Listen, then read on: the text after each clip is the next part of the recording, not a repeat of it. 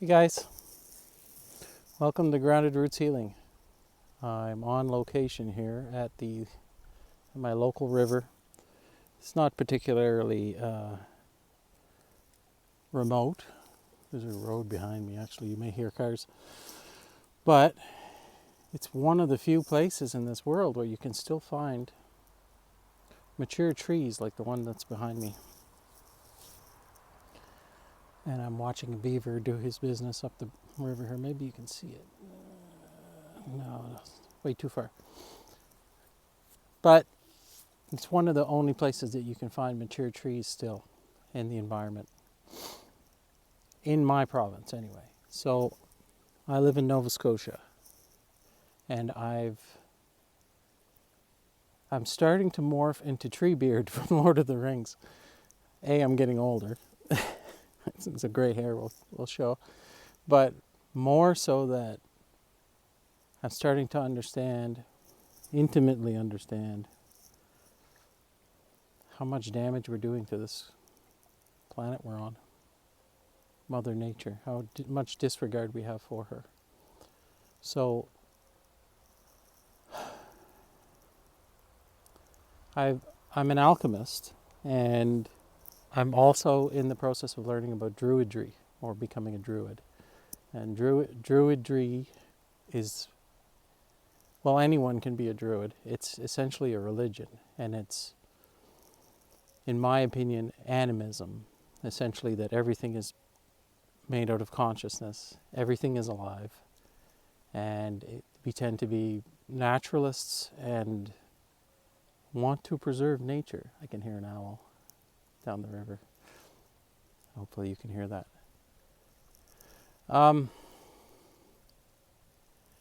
And as I move further down the awakening process, Mother Nature becomes more and more important.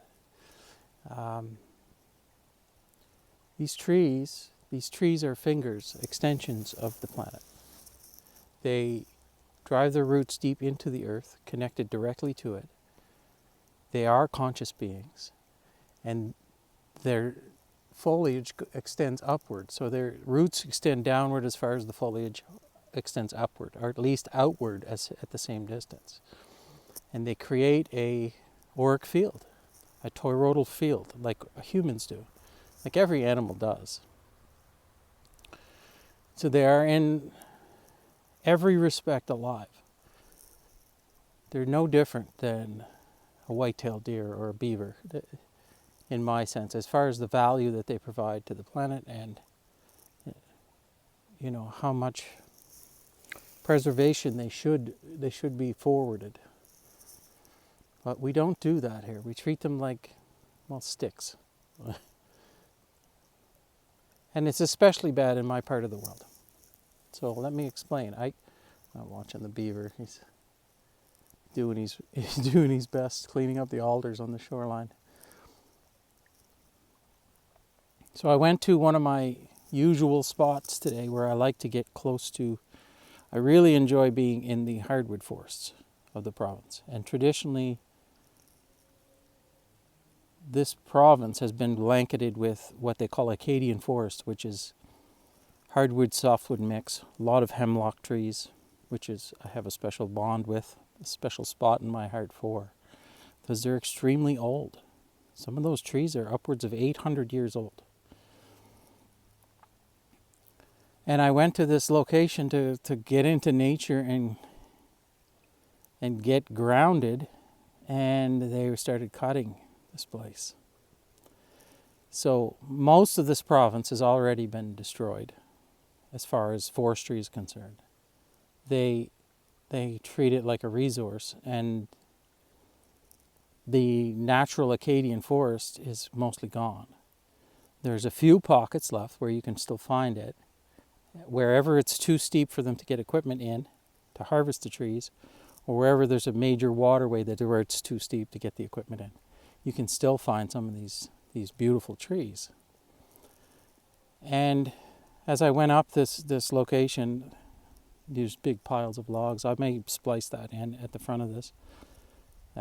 They weren't as old as the trees that I like to hang around now, but 100 years plus, hardwood trees, mixed in with trees that were 10 years old.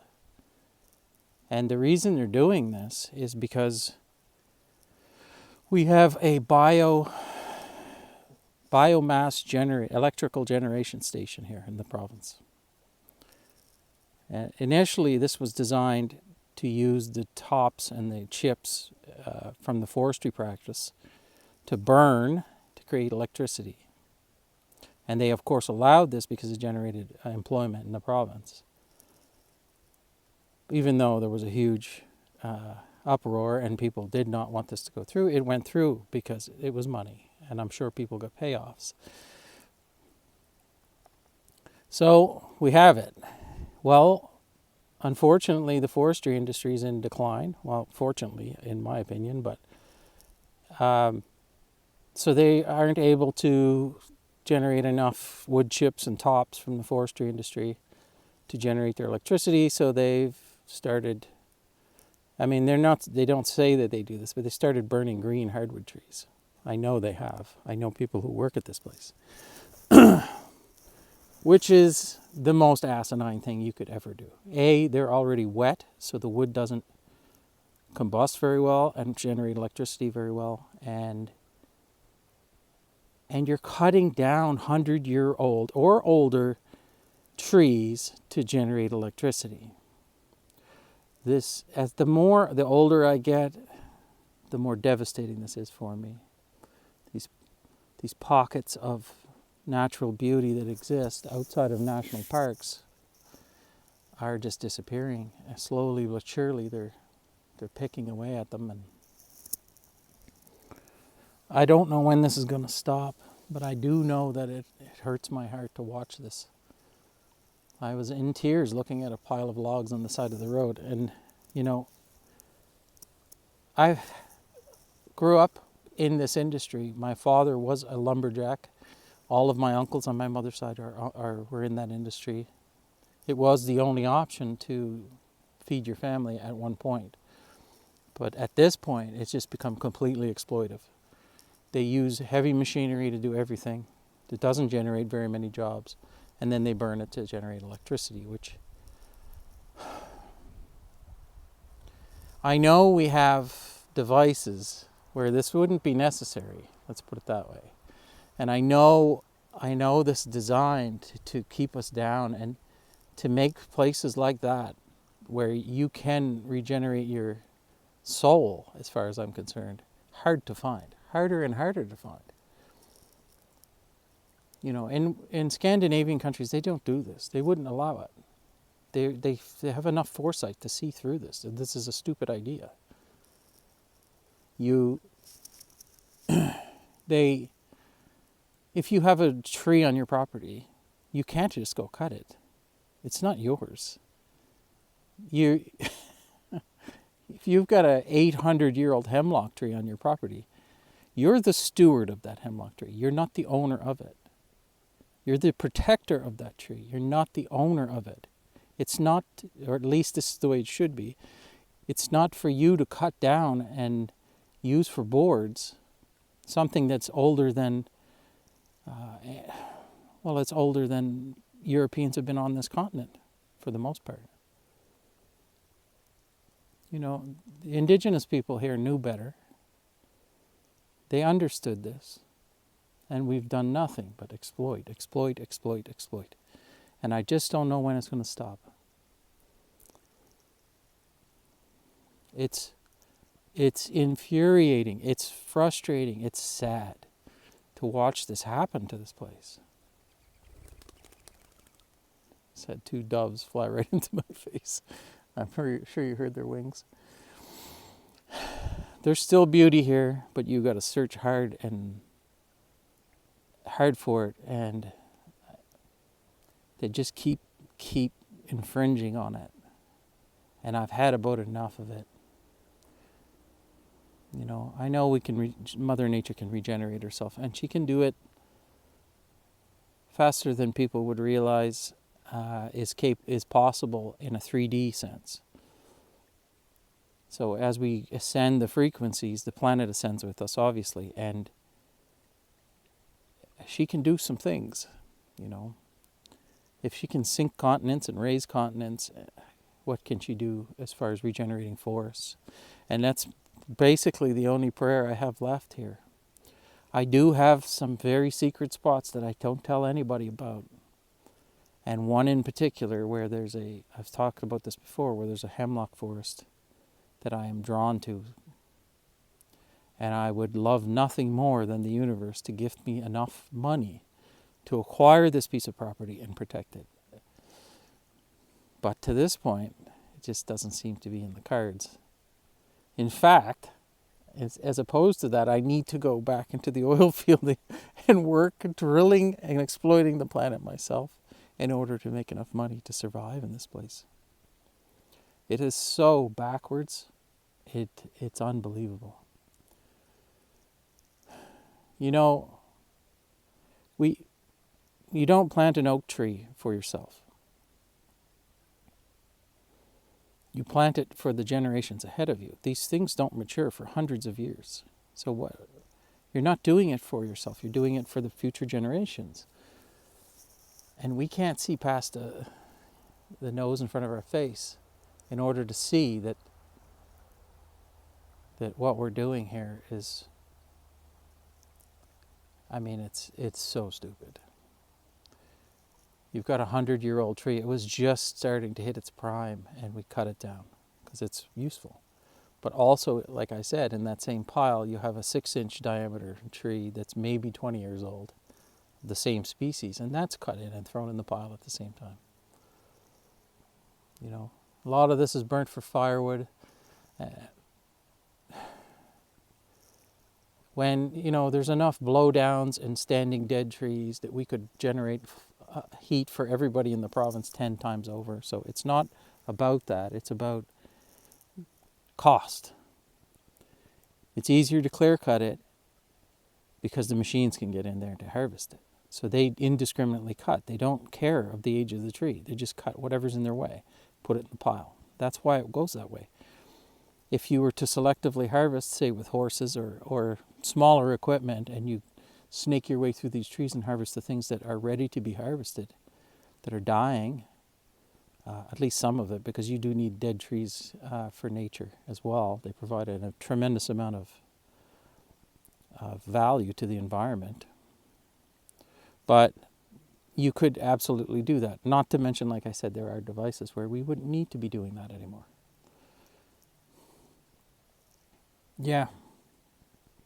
So I'm turning into Treebeard. I'm getting crotchety and I'm getting tired of seeing this place exploited. And I'm tired of having to participate in it. This is ridiculous. Like, we should be able to feed our families without having to exploit the planet. Where is the abundance? It's all around us. We choose not to see it, and we choose not to do what we know is right because greed. It's always greed. Always. It's always about having a little bit more. So I used to hunt deer when I was in this area. I had went to university here, so I was like 20 years old. I'm 48 now, so I'd known this piece of property for almost 30 years, and I used to hunt deer on it. And the steward of this land was a farmer, and he had a section that his father used to like to go walk in, which was composed of mature hardwood trees, hundreds of years old. And they used the land around the existing area, but they left that section on purpose so that nature would have a place to be, and the beaver splashing away, and they left it untouched on purpose so that his father would have, his father before him had walked in there.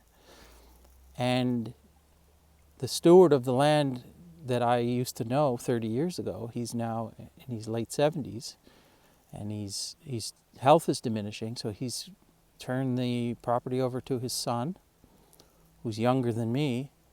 And the first thing he did was start cutting, because it's got enough money to live. He has a good job and all this, but it's a way to get ahead. So he starts harvesting indiscriminately for firewood, no less. 300-year-old trees for firewood that are not sick, not dying, nothing, just to cut them.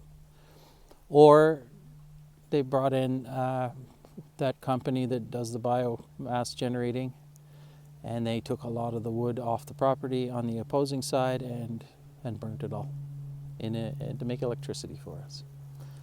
And now I have a plane flying over, disrupting my peace, and it's getting dark. So I think that's a good place to leave it. But I'm just a little bit sad. I'm trying to be positive, and I'm trying to wait this out and see when things are going to get better, but it just isn't happening. And not only that, it seems to be getting worse. So Mother Nature, the universe, whenever you're ready, I'm ready. Let's do this. Let's change the way we do this stuff, because it's just wrong. And I don't want to see it anymore. I don't want to see any of these trees that should be here for the next 3-4 generations being cut down in their prime and used to make electricity. Anyway, I think I'll leave it there. Like I always say, I hope this video finds you well. I love you all, and we'll see you soon.